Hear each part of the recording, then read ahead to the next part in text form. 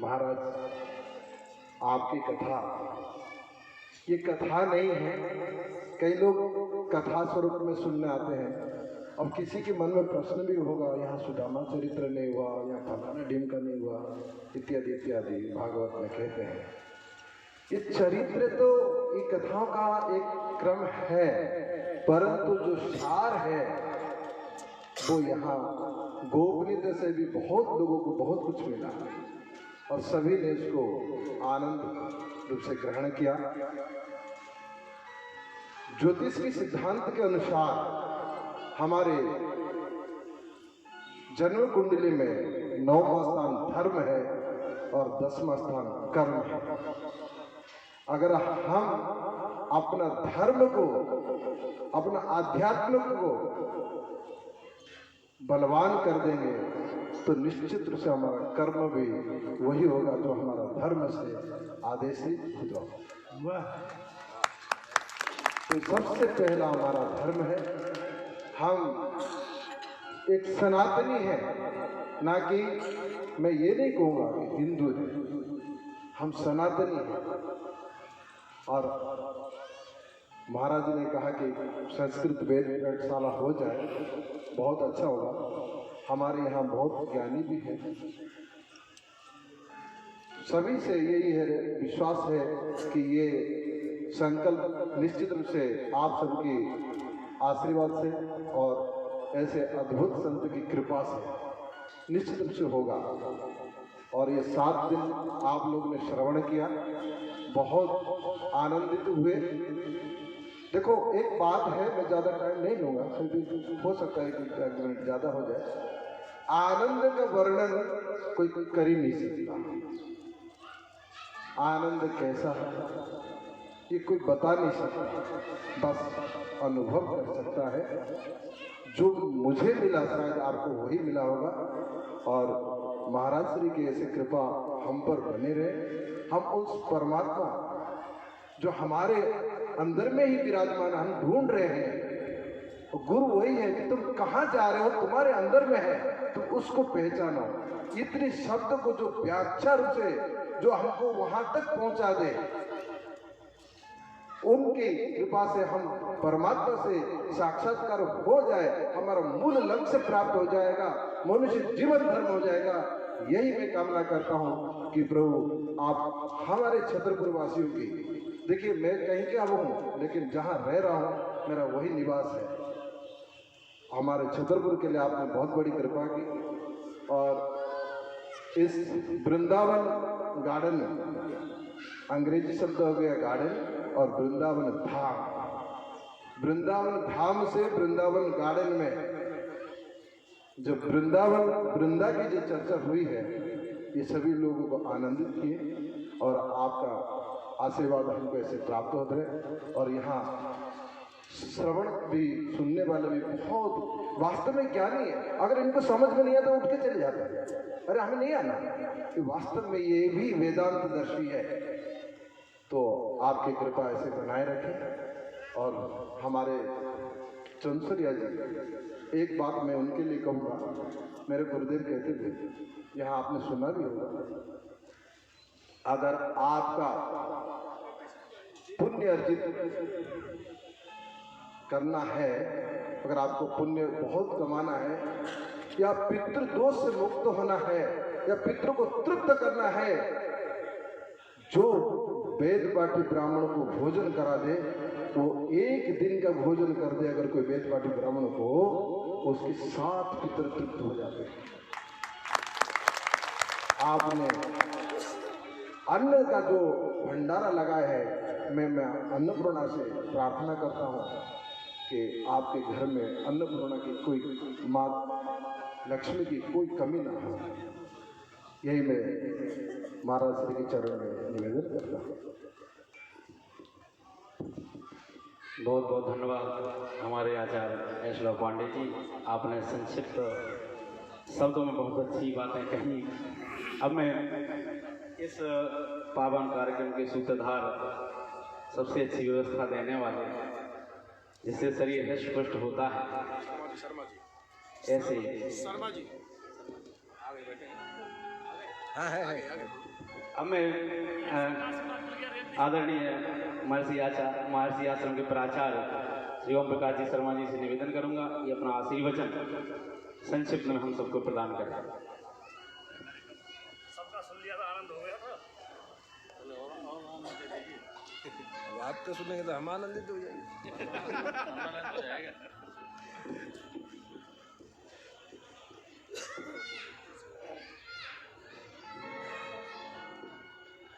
श्रीमते सर्वविद्यानां प्रभवाय सुब्रह्मणे आचार्याय मुनीन्द्राय श्रीनिम्बार्काय नमो नमः। परम सम्माननीय व्यासपीठ पर विराजमान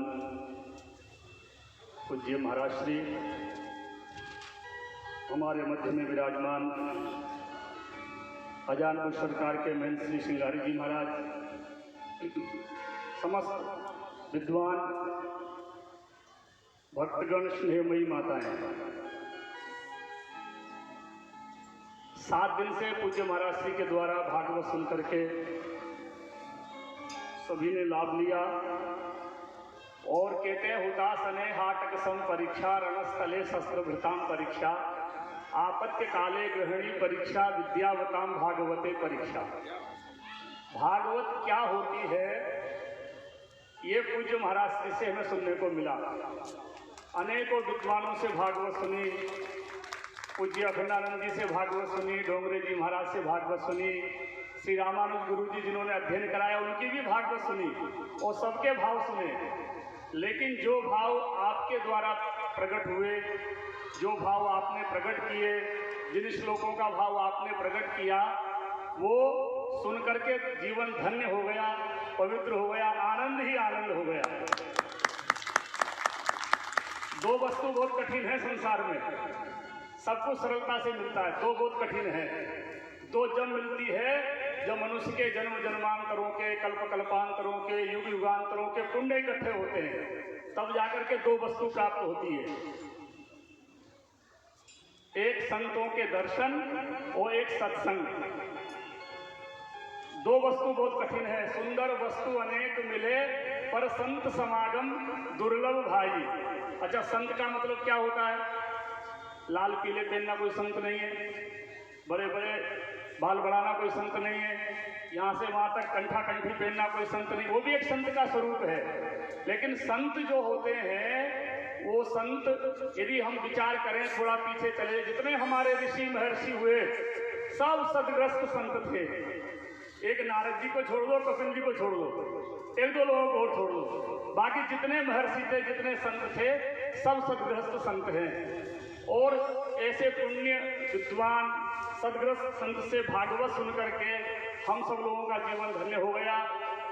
हम श्री बिहारी जी से, श्री ठाकुर जी से यही प्रार्थना करते हैं कि पूज्य महाराज जी हमेशा स्वस्थ रहें, खूब दीर्घायु हो, और इसी तरह से समय समय पर आकर के हम लोगों को कथा सुनाते रहे, आशीर्वाद प्रदान करके। कथा तो सब सुना देते हैं, लेकिन यह विशुद्ध कथा है। देखो भैया, नदी होती है पवित्र और गंगा होती है परम पवित्र, पेड़ सब होते हैं पवित्र, तुलसी मैया होती है परम पवित्र, पशु सब होते हैं पवित्र, गौ माता होती है परम पवित्र।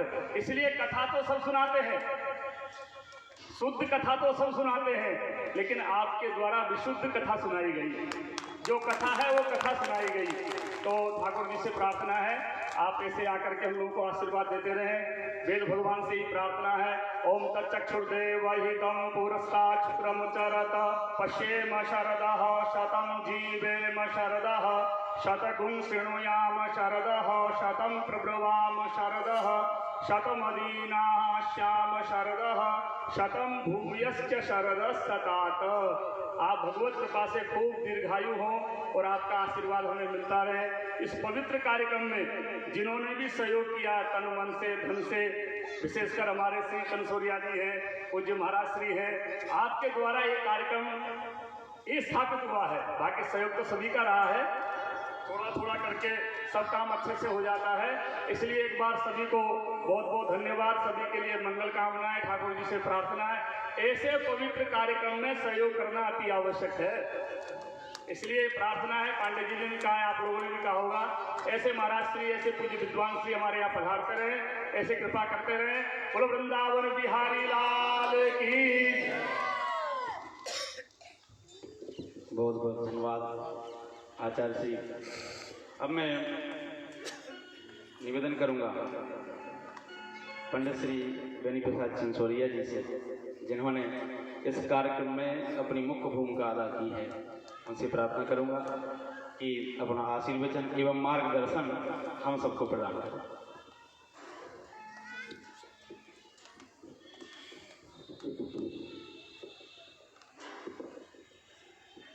बोलो हजार भाव सरकार की। गुरु ब्रह्मा गुरु विष्णु गुरुदेव महेश्वरा गुरु साक्षात परब्रह्म तस्मै श्री गुरुवे नमः। गुरु की महिमा का तो कोई जावे नहीं है। जय जय जय हनुमान गोसाई, अब कृपा करो गुरुदेव जी। अरे गुरुओं की ऐसी कृपा होती है कि हनुमान चालीसा में भी अपन हनुमान जी से निवेदन करते हैं कि आप हमारे ऊपर ऐसी कृपा करो, कृपा करो गुरुदेव। ये संयोग था, ये कार्यक्रम महाराज के वृंदावन धाम में, वृंदावन धाम से आए हुए हमारे परम आदरणीय पूजनीय श्री कृपाल जी शुक्ल जी महाराज के द्वारा संपन्न हुआ। अब संयोग में बताऊं कैसा है कि कहीं कोई चर्चा नहीं थी। 1 जनवरी को मैंने फार्म हाउस में कुछ ब्राह्मणों को भोजन के लिए बुलाया, भोजन किए। तो हमारे ओपी शर्मा साहब बोले कहाँ भटक गड़िया गई, मोटे के महावीर में या कूड़न ताल में हो जाए। मेरे को कूड़न ताल नहीं है, जान बाबू सरकार के यहाँ पर लोग कम जाते हैं, वहाँ क्यों ना होगा, व्यवस्था में पूरी किए गए काम। तो बाकी कार्यक्रम आपको करना है। उन्होंने किया, चर्चा आई। तो चर्चा कही कि आई, वैदिक आचार्यों को जो भ्रांतियां रहती हैं अपने क्रिया माने पांडित्य कर्म में, उनका निराकरण करना, शंका समाधान करना।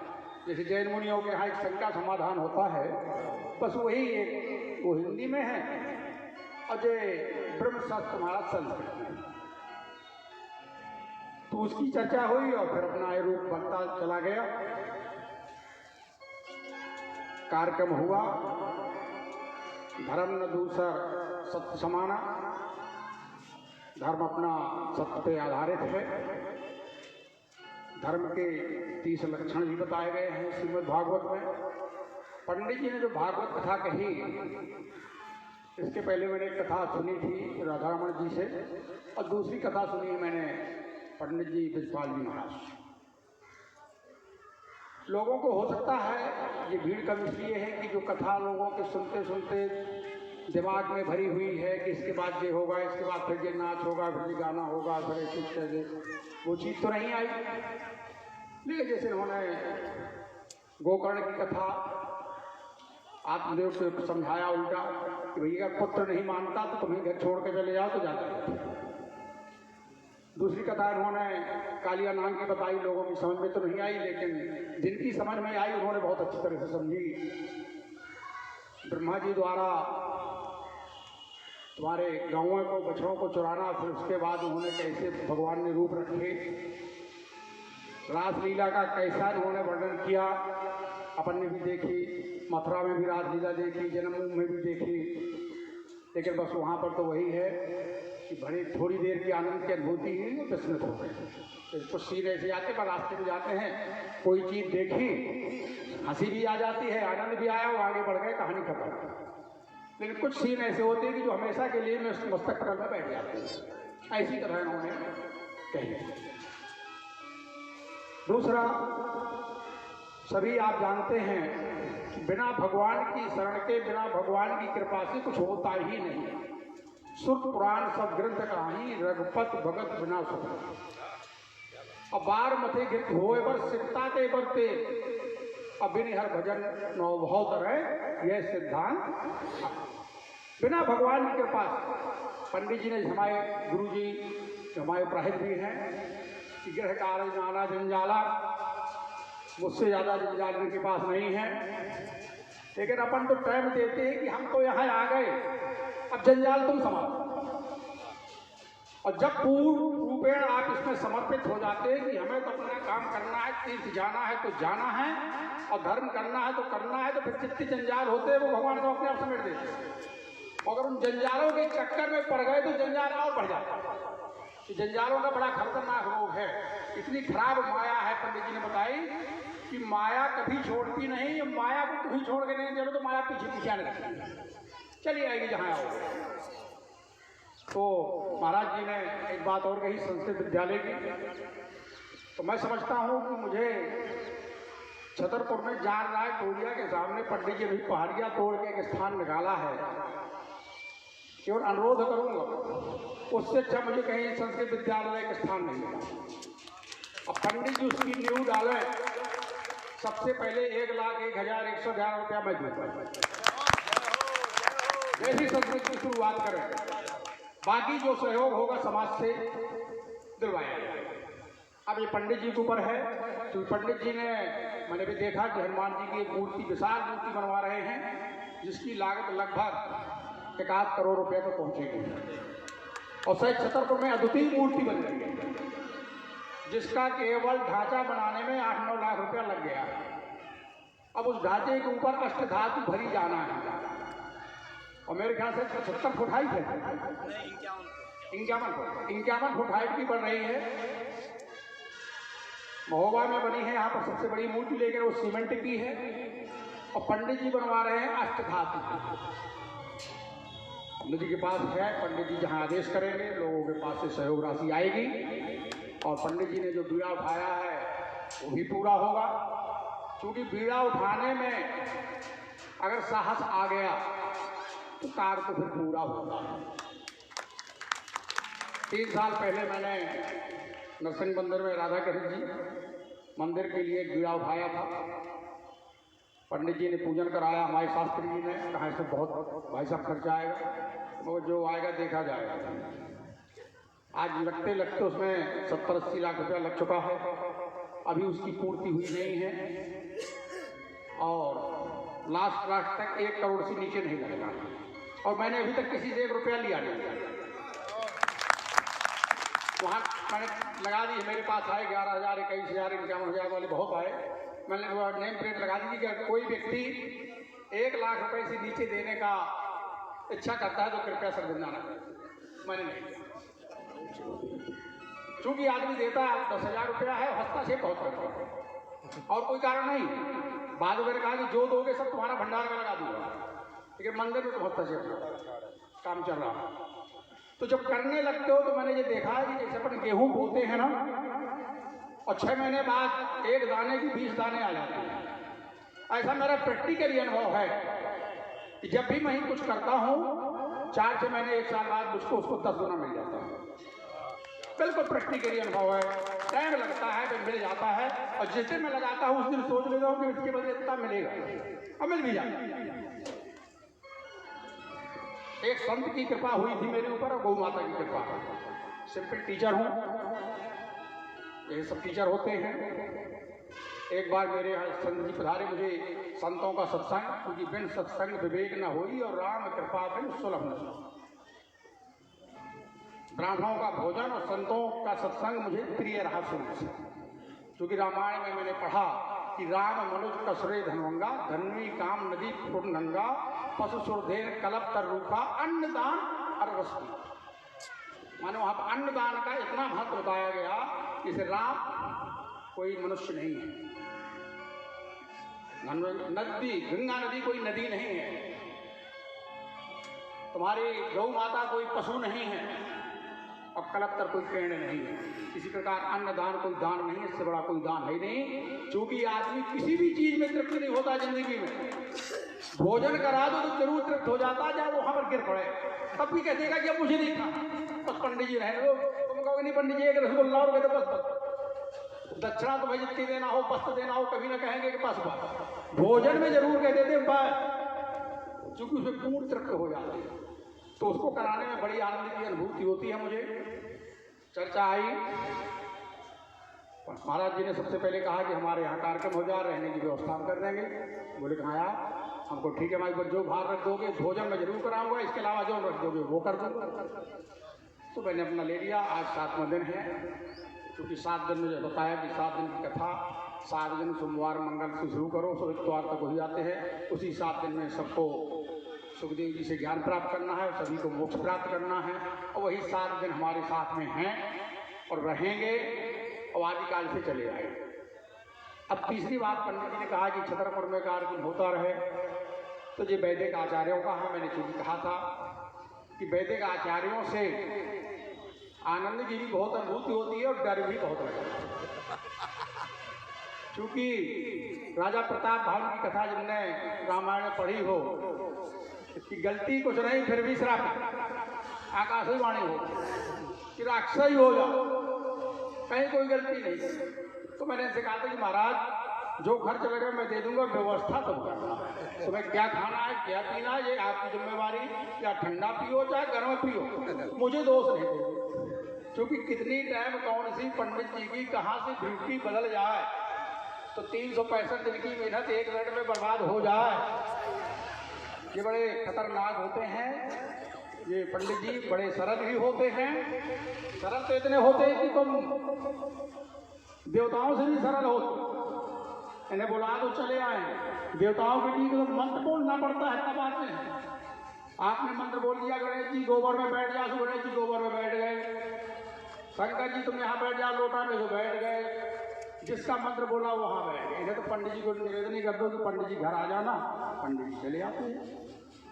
लेकिन अगर कहीं सेवा भाव में कोई त्रुटि हो गई तो कितनी टाइम कहा बोल जाए, और फिर तो ब्राह्मण जो बोल जाए वो खतरनाक होता है। क्योंकि ब्राह्मणों की महिमा जिसने रामचरितमानस पढ़ी है वो जानता है कि लक्ष्मण जी भी डर गए थे। उन्होंने कहा कि परशुराम जी मैं तुमसे डरता तो नहीं हूँ, लेकिन ब्राह्मण हो इसलिए डर रहा हूँ। सुर मैसूर हरजन और गाई हमरे को न पर भाई, क्यों बंधे पाप अब तीरथ हारी, और मरे हो पापा पर ही तुम हमें मारो भी, तुम्हारा पैर पड़ने में ही कल्याण है। लक्ष्मण जी ने कहा परशुराम जी, चूंकि ये बड़े खराब है, विप्र देन सुर संत लीन मनो जो होता है और निज इच्छा निर्वर्तन माया गुण होता है। ऐसी इनकी स्थिति है। सबको सहयोग करते रहना चाहिए। एक जगह मैंने कहीं पढ़ा था कि दानम दुर्गति नाशम, दान करते रहो, आप दुर्गति को प्राप्त नहीं होगे, दुर्गति अपने आप खत्म हो जाएगी। ऐसा मेरा सोच रहता है व्यक्तिगत। नरसिंह भगवान की मेरे ऊपर छत्र छाया है। अजान बाबू सरकार का मैं सेवक हूँ, और जब जब जो संतगण उसको आदेश करेंगे उसके लिए मैं पूर्ण रूप से तन मन धन से, जिस तक मेरा शरीर है, तैयार हूँ, तैयार रहूँगा। बोलो वृंदावन बिहारी लाल की जय। वृंदावन बिहारी लाल की जय। हमारे मध्य एक और संस्कृत के विद्वान जो शिक्षक रहे हैं पंडित श्री छोटीलाल जी द्विवेदी जी विराजमान हैं, वो आकर के संक्षेप में अपना आशीर्वाद हम सबको प्रदान करें। पंडित श्री छोटीलाल जी द्विवेदी।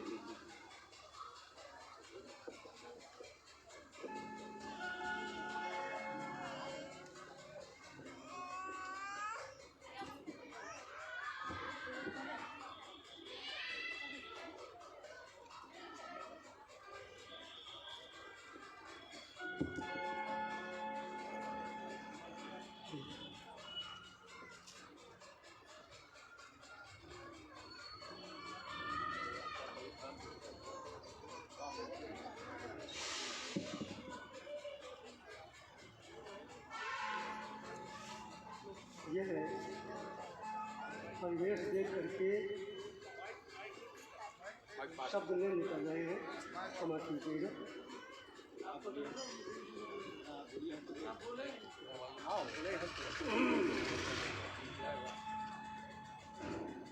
एक शब्द पहले बोलूँगा, वो शब्द है वृद्ध।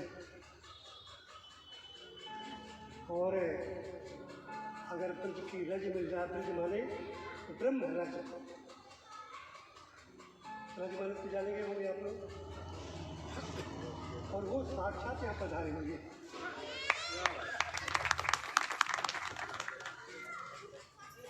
तीरथ अनुराग और जय कृष्ण निकुंज पद पद होत। मैं ज़्यादा समय नहीं लूँगा आपका, लेकिन कुछ तो कहूँगा ही, क्योंकि मेरे जीवन की जो सबसे बड़ी उपलब्धि है या आकांक्षा है, उसकी बार बार यहाँ चर्चा हुई और वो चर्चा हुई संस्कृत विद्यालय। अब आप कहेंगे ऐसा क्यों है? इसलिए कि सन 62 में मैंने संस्कृत विद्यालय की चर्चा की, तो के मंत्री थे, बहुत देव पुरुष थे, दशरथ जैन। उन्होंने मुझे रोका, बोले कोई संस्कृत पढ़ना नहीं चाहता, आप पागल हो गए। आज बार बार चर्चा आई है और मुझे विश्वास है कि रूप लेगा। बस 2 शब्द में और कहना चाहता हूँ, बस हे प्रभु। अहोबकीयं स्तनकालकूटं जिघांसया पायत्यपशाद्रि लेवे गतिं धात् प्रजितं ततोऽन्यं कं वो दयालं शरणं प्रजे मे। मित्रों, कथा का अवसान हो रहा है और दिवस का भी अवसान हो रहा है। भागवत का एक बहुत प्रिय मुझे श्लोक है, क्षमा करेंगे महाराज जी, शास्त्री जी, लेकिन मैं बोलना चाहता हूँ। इस लेख के अवसान का समय है, आपको सबको मालूम है यह कि विष्णु नाम प्रवरो मंत्री, कृष्ण का भगवान का मित्र था वो, और विष्णु कुल का मंत्री था। अर्धरात्रि का समय है और पहुंचा शयन कक्ष में कृष्ण की अविरल अश्रुधारा प्रवाहित हो रही है। देखा, बोले ये क्या है?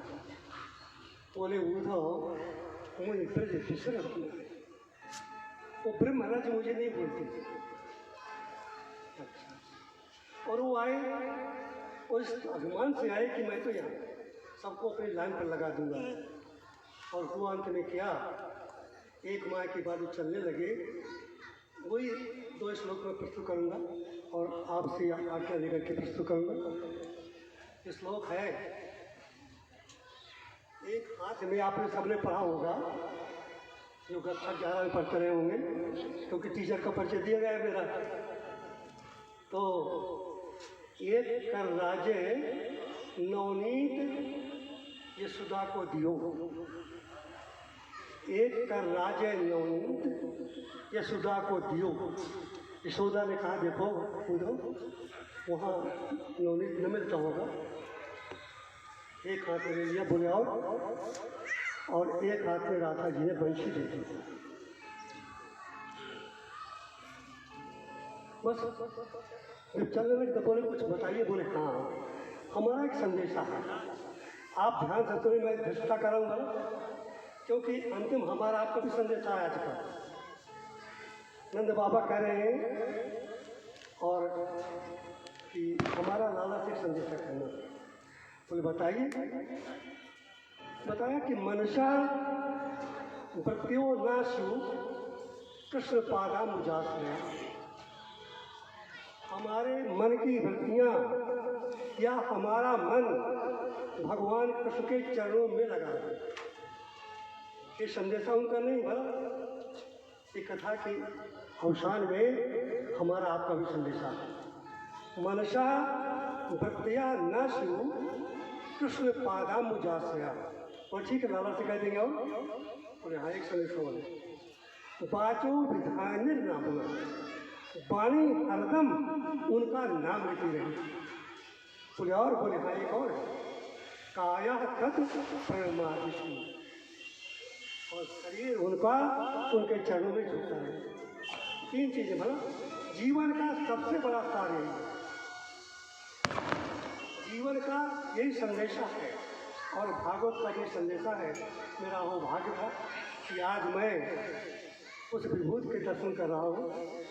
और भैया तो कहना ही क्या है कि हमारे बहुत समीपी है और हम संसदीय जी के लिए कुछ नहीं कर सकते हैं।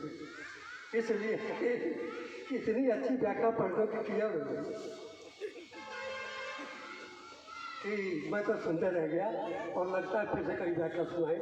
और व्याख्या में ऐसे थोड़ी सुनते हैं, हम व्याख्या में शुल्क लेते हैं, लेकिन जब हम दूसरे की व्याख्या सुनते हैं तो वहाँ भी हम शुल्क लेते हैं। बहुत बहुत धन्यवाद। और मेरा सौभाग्य था और यह फिल्म रज तो मुझे मिली और आपने मुझे सुना, मेरा सौभाग्य। हाँ, आप लोग जिस महापुरुष को देख रहे हैं वो सामान्य नहीं है। आपने बिहारी सतसई पढ़ी है, ऋषियों में अगस्त्य ऋषि का नाम सुना है। ये दिखाई दे रहे हैं अब जैसे लाल लाल लाल जब दिखाई देता था, है छोटा रूप, लेकिन संस्कृति संस्कार हम पैदा नहीं हुए जब से ये सब प्रकार से कर रहे हैं। भारतीय संस्कृति के लिए गोपनीय रूप से, जैसे गोपी और गोप ग्वाल हमारे संसार के लिए नहीं है, वो एक ब्रह्म स्वरूप है। ऐसे ये महाराज ब्रह्म स्वरूप हैं, अभी तक छिपे रहे हैं और बाहर दिखाई नहीं देते। जैसे आप जानते हैं अगस्त्य समाहित है, ये पूर्णतया समाहित है। और ऐसा जो हमारे संस्कृत में लिखा है, संस्कृत के संरक्षण के लिए लिखा है, ये कहते नहीं है, इन्होंने करके दिखाया है। इसलिए इनके हम बहुत बहुत कोट सा आभारी हैं। इन्होंने हमें ऐसे हजारों बनाए। इसलिए महाराज भले वो शिक्षक शब्द कह दिया है तो सारे जग के शिक्षक हैं, और क्या कह रहे हैं तो महाराज तो आचार्य हैं, संस्कृत के आचार्य हैं, संस्कारों के आचार्य हैं। और ऐसे ऐसे लोगों के साथ दिया, मुझे समय नहीं लेना चाहिए। जिस लड़की को कुछ नहीं आता था, 25 वर्ष नहीं, शादी ब्याह हो चुका था, भोजन नहीं था, और क्या परिस्थिति थी, सुनाने की स्थिति नहीं, ऐसी लड़कियों को भोजन नहीं था और पति तो परमात्मा ही मालिक के जैसे थे। वो 24 घंटे में 1 घंटे में सो नहीं पाती थी। ऐसी ऐसे महापुरुष की कृपा से वो आज सर्विस में है और अपना ही पैसा लगा करके, अपना ही धन लगा करके, अपना ही मन लगा करके। और आप क्या सोचते हैं, जैसे महाराज श्री है ना, ये छिप करके आरएसएस का भी भले शिक्षक रहे, भारतीय संस्कृति के लिए यदि ट्रांसफर किसी अधिकारी ने कर दिया है, देशवश उसको भी किसी से नहीं कहा। और ये महाराज बैठे भरा है, इनका संबंध किससे है? जब साक्षात परमात्मा से जिसका संबंध है तो हम क्या कह रहे हैं? बोलो वृंदावन बिहारी लाल की। मैं धिष्ठा कर रहा हूँ, इसलिए मुझे बताना जरूरी था। आदरणीय हमारे बस 2 लोगों का आशीर्वचन और रह गया है। अब हम विनय करेंगे आचार्य श्री अरुण शुक्ला जी से कि आएँ और संक्षिप्त में अपना आशीर्वचन हम सबको प्रदान करें।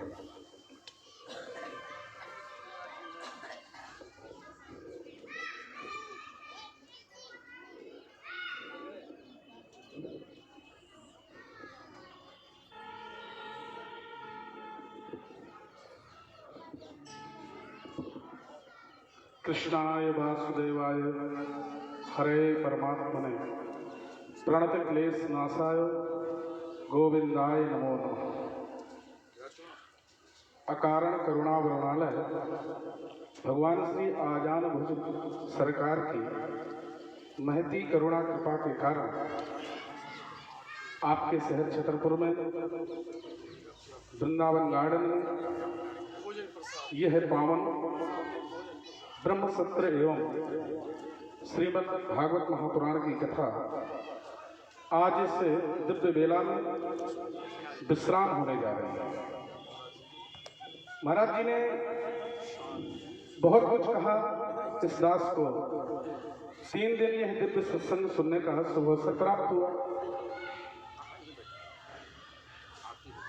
इतना कुछ महाराज जी ने कहा, हम सोचते थे कि आज के समय में ऐसी कथा सुनने को हमको मिलेगी कि नहीं मिलेगी, क्योंकि इस दास ने श्रीनाथ गुरु जी को सुना है। श्री जी बाबा महाराज को सुना, अतुल कृष्ण जी महाराज को सुना, जो भागवत के मूर्धन्य विद्वान थे। ऐसा लगता था जब वो लोग व्यास गद्दी में बैठते थे कि कोई शेर बैठा हुआ है। और आज उसी दृश्य को देख करके मैं गदगद हो गया। ज्यादा कुछ यहाँ कहना, जैसे कोई बहुत साफ जगह हो और वहां पर धूल फैलाई जाए, ऐसा होगा तो समय तो नहीं लेंगे। लेकिन एक बात जरूर कहूंगा, दो चीजें भगवान के विषय में, एक है जानना और दूसरी बात है मानना। महाराज जी ने अपने अकथ प्रयास से, अपने दिव्य ज्ञान से भगवान को जाना और यहाँ 7 दिन हम लोगों को जो जाना वो कह करके सुनाया। तो दूसरी चीज है जो भगवान को प्राप्त करने का जो दूसरा साधन है वो है मानना। तो हम जान नहीं सकते क्योंकि हम सब लोग अल्पज्ञ हैं, हर व्यक्ति ज्ञानी नहीं हो सकता। उन्होंने जाना और यहाँ आकर के कहा यदि हम इनके कहने को मान लें तो समझ लो कि हमको, हमारा भी उद्धार हो जाएगा। और एक वक्त बात है, हम तो भगवान के भक्त हैं और कुछ नहीं जानते। एक बात जानते हैं कि हम विधि अविधि कछु नहीं जाने, राहते भरोसे राधा भर के। हमको कोई विधान पता नहीं, कोई ज्ञान नहीं है, लेकिन एक बात पता है कि अपने ठाकुर जी के भरोसे हर कार्य करते हैं और हर कार्य हमारा सफल होता है। बोलिए वृंदावन बिहारी लाल की। बहुत बहुत धन्यवाद आचार्य श्री रवि जी महाराज। अब मैं निवेदन करूंगा पंडित श्री हरीश मिश्रा जी से कि वो आएँ और संक्षेप में अपना आशीर्वचन, और हमारे मध्य हमारे पंडित श्री महेश तिवारी जी मातौल विराजमान हैं। आप महाराज श्री से आशीर्वाद प्रदान करें।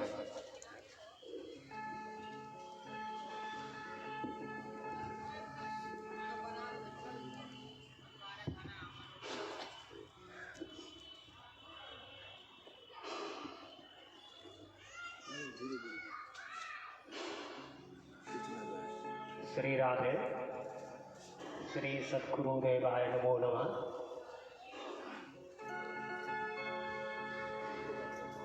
बड़ा ही 7 दिन का जो सत्संग श्री महाराज जी के द्वारा मिला है, यहाँ सब लोगों ने अपने अपने वक्तव्य रखे हैं। वो एक ब्रह्म सत्र का जो कार्यक्रम इसमें चला है ये अद्भुत था। श्रीमद् भागवत में भी कई ऐसी चीज़ें सुनने को मिली हैं जो कभी कई विद्वानों के सत्संग में रहते भी नहीं प्राप्त हो पाए हैं। ये निरंतर कार्यक्रम चलता रहे। जो भी सभी आचार्य लोग बैठे हैं महाराज जी के आशीर्वाद से, जो भी हमको जब भी जो काम सौंपा जाएगा उसके लिए हम सदैव तैयार हैं। क्योंकि अभी संत जी महाराज जी ने संस्कृत पाठशाला की भी चर्चा की है। तो वेदों में पंचभूत पंचकर्म की भी एक विधि है, उसमें एक जल चिकित्सा के नाम से भी एक विधि है पंचभूतों में। तो अगर ये विद्यालय खुलता है तो हम निःशुल्क जल चिकित्सा के माध्यम से जितने भी बच्चे रहेंगे उनको सभी क्रिया योग की सिखाएंगे। जय श्री राम। बहुत बहुत धन्यवाद। अब हम इस कार्यक्रम में हमारी कदम से कदम मिलाने वाले हैं, और जब कभी वो इस कार्यक्रम में पीछे रह जाते थे तो हम उनको जबरदस्ती पीछे लगाते थे और उन्होंने साथ भी दिया। और हम कहते हैं कि इस कार्यक्रम में मुख्य भूमिका अदा करने वाले हमारे देवेंद्र मिश्रा जी। हम 2 शब्द उनसे भी कहेंगे कि वो भी 2 शब्द बोले।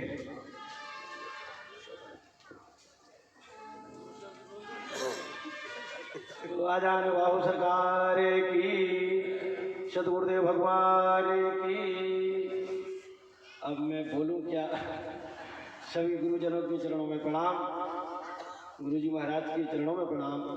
बस कहने को तो क्या कहें, बस यही है ना कुछ मैं कर सका ना कुछ करने योग्य, जो कुछ किया सो आपने आप ही करने योग्य। इसके अलावा सभी के चरणों में बारंबार प्रणाम बारंबार। वृंदावन बिहारी लाल की जय। अब अंत में आभार प्रकट करने के लिए सुबह चर्चा चल रही थी कि आभार कौन प्रकट करेगा, कौन आभार प्रकट करेगा, तो बोले जिसका अधिक भार हो वही आभार प्रकट करेगा।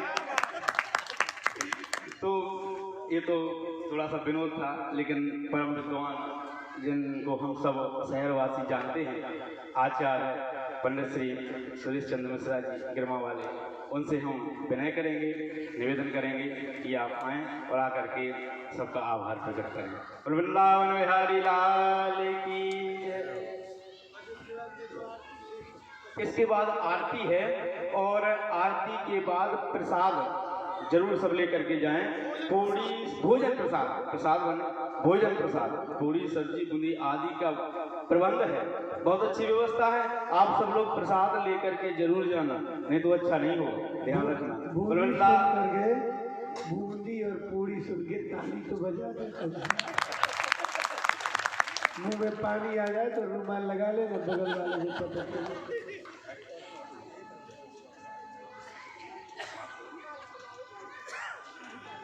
ओम विश्वानिदेव शरितर दुरितानि पराशुव यद भद्रं तन्न आशुव।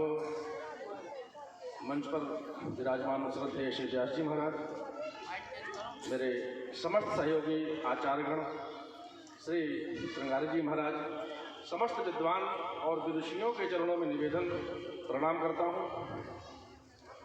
मुझे आभार व्यक्त करने का दायित्व सौंपा गया है। मैं यहाँ के इतिहास से दो बातें जरूर कहूँगा। ये जो ब्रह्मक्षत्र संपन्न हुआ, इसमें 3 प्रकार के योगों का बड़ा महत्व रहा। स्थान, अन्न और स्थान के साथ साथ महाराज श्री बृषपाल जी महाराज, हम जिस स्थान में बैठते हैं वहाँ किस प्रकार की क्रिया उत्पन्न होती है हमारे शरीर में, हमारे विचारों में, और किसका अन्न खा रहे हैं तो किस प्रकार के विचार हमारे उत्पन्न होते हैं। क्योंकि भोजन का संबंध भजन से बहुत बड़ा है, ऐसा हमारे महाराज श्री कहा करते हैं। जिसका भोजन बन गया उसी का भजन बनता है। अर्थात ये सब जानते हैं, भोजन देने वाले श्री चंद्रसौरिया जी महाराज, उन्होंने इतना सात्विक भोजन कराया, उससे हमारे अंदर जो रक्त और तेज बना, जिससे ये ब्रह्मसत्र हमारा संपन्न हो गया। जिस भूमि में बैठ करके हमने ये भोजन किया तो साक्षात ये दंडकारण्य है महाराज जी। दंडकारण्य की सीमा यहाँ से प्रारंभ होती है। महाराज जी ने बताया, खरदूषण का वध करने के लिए प्रभु श्री राम, शायद छतरपुर का कोई व्यक्ति जानता हो तो मैं नहीं कहता, और यह इतिहास किसी को पता नहीं महाराज जी के अलावा। भगवान राम श्री सीता जी को ले करके जाने का आदेश देते हैं श्री लक्ष्मण जी महाराज को। आवा निश्चर कटक भयंकर, लय जानकी जाओ गिरि कंदर। आपको भारतवर्ष में ऐसा कोई स्थान नहीं मिलेगा जहां लक्ष्मण जी अकेले हों, राम जी अकेले हों और जानकी जी अकेले हों। वो नगर केवल छतरपुर है, और उसके प्रमाण आजाद विश्व सरकार का मंदिर यहाँ अकेला है। जो लोग जानते हो, गल्ला मंडी में लक्ष्मण जी का मंदिर है, वो व्यक्ति विशेष के घर के अंदर है, लेकिन लक्ष्मण जी ही वहां पर अकेले विराजमान है। और वहां से थोड़ी ही दूर पर श्री जानकी जी का मंदिर है, ये मैं कह सकता हूं। सब लोग उनको राधा जी का मंदिर कहते हैं, लेकिन जब जब उनके बगल में कृष्ण जी को बिठाया गया, कृष्ण जी की मूर्ति छत विछत हो गई। इसलिए हम ये सिद्ध करते हैं वो जानकी जी का ही विग्रह है, जानकी जी का ही वो स्थान है। तीसरी बात, जो लोग अपने आप को बहुत विद्वान मानते हैं, विद्या पढ़ा है, वो कह सकते हैं कि हम लोग विद्वान हैं तो महाराज जी की भाषा समझ पाए हैं। लेकिन मैं कहता हूँ, ये माताएं बिल्कुल पढ़ी लिखी नहीं है, तो ये क्यों बैठी हैं? इसका मतलब ये नहीं है कि महाराज जी की भाषा केवल विद्वानों के लिए है, वो सार्वभौम सबके लिए है। यहाँ का जड़ जंतु, जल जंतु, कीट पतंगे भी होता क्या है, सत्य बात को जानने के लिए हमें कोई आवश्यकता नहीं होती। सत्य सब लोग जानते हैं। जैसे हम किसी पशु पक्षी को बुलावें और सत्य सत्य बोले उसके सामने, तो सुनता है हमारी बात। अर्थात सत्य जान लेना, सत्य को सुनना समझना सबको अच्छा लगता है, चाहे पढ़ा लिखा हो या बिना पढ़ा लिखा हो। महाराज जी की जो वाणी निकली, वेदों से ओतप्रोत, व्याकरण से ओतप्रोत, और मुझे तो हमेशा थोड़ा मुस्कान आ जाती जब महाराज जी हर बात को व्यवहारिक जगत के प्रत्येक कार्य को पाणिनि जी के सूत्र से निबद्ध कर देते हैं। अर्थात मैं तो कहूंगा हमारे लिए वर्तमान में आप ही पाणिनि हैं, क्योंकि सत्य है जब तक हम लोग व्याकरण नहीं जानते हम लोग गूंगे हैं, बोलना ही नहीं जान सकते। व्याकरणम मुखम, व्याकरण को मुख कहा गया। अतः जो व्याकरण नहीं जानेगा वो क्या बोलेगा, जो बोलेगा टूटा फूटा बोलेगा।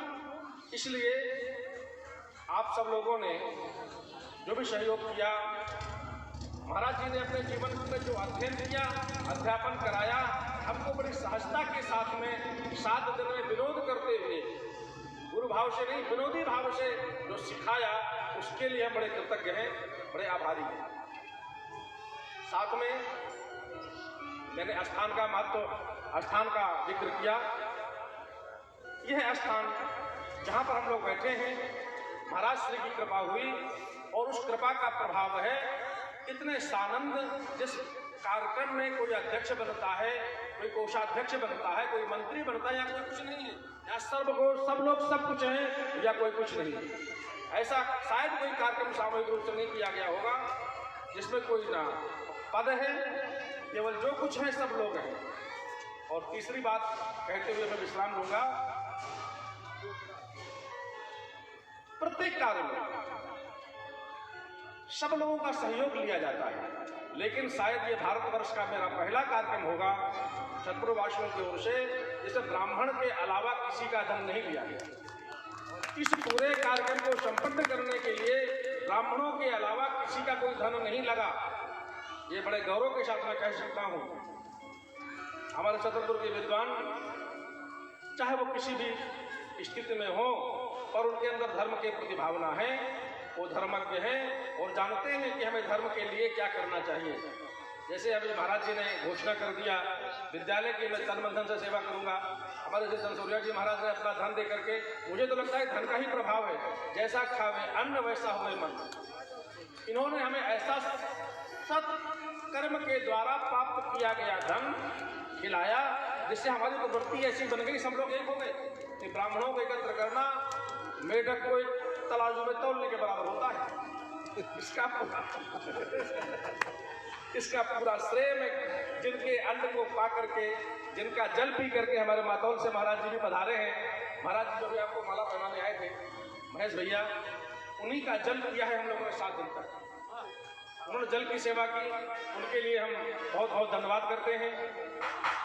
और बड़े महत्व की बात तो यह है कि इसमें जितने भर कार्यक्रम में हमारे लोग सम्मिलित हुए हैं, जैसे माइक की सेवा करने वाले दूरभाष यंत्र की, ये भी नायक जी महाराज ब्राह्मण ही है।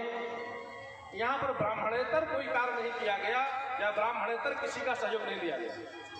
अब साधु कोई जात होती नहीं है, साधु तो स्वयं ब्रह्म होता है, भगवान रूप होता है, ब्राह्मण ही होता है।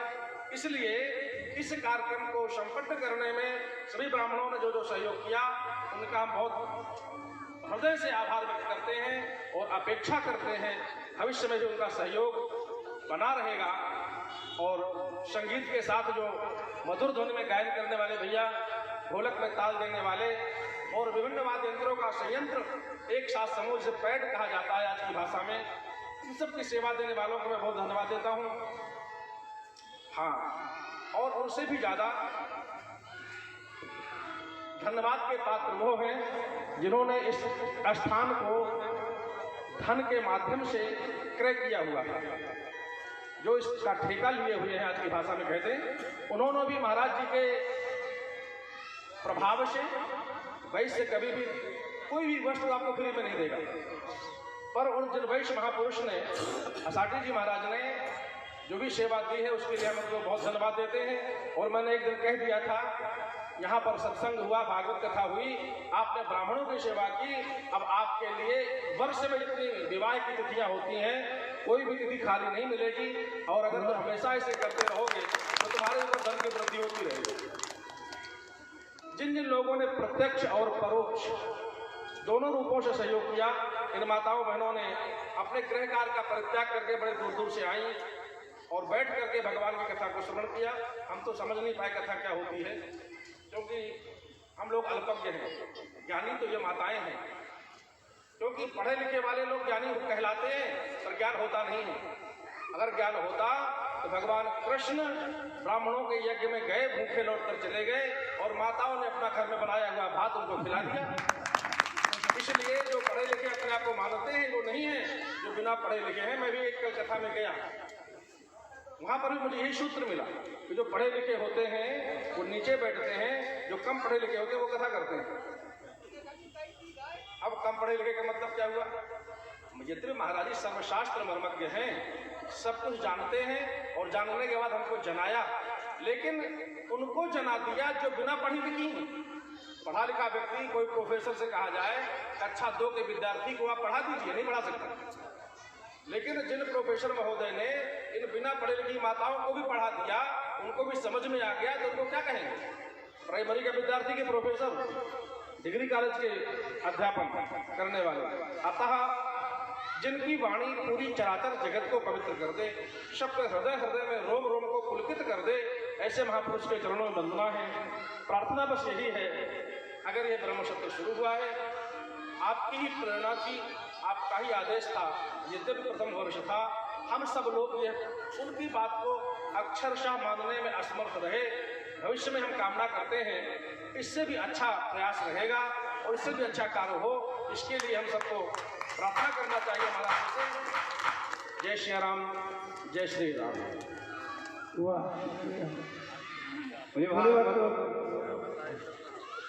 भागवत भगवान की जय। अब